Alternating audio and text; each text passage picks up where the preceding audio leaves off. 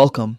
In this video, you'll learn step by step how to make your photo story private on the Facebook app for PC with the latest update.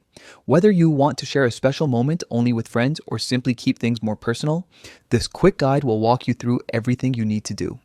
First, open the Facebook app on your PC. Once the homepage loads, look near the top for the option that says Create a Story and click it. You'll see two options appear, one for photo story and another for text story. Go ahead and choose Create a Photo Story. Now it's time to pick the photo you want to share. Browse your computer, select the image, and then click Open. Facebook will upload your picture and take you to the editing screen. Here, you can crop or rotate the photo to make sure it looks just the way you want. Take your time adjusting the frame or turning it to the perfect angle. Next, look to the left side of your screen. You'll notice a text box. Click inside it to write your caption, message, or any words you want to appear on your story.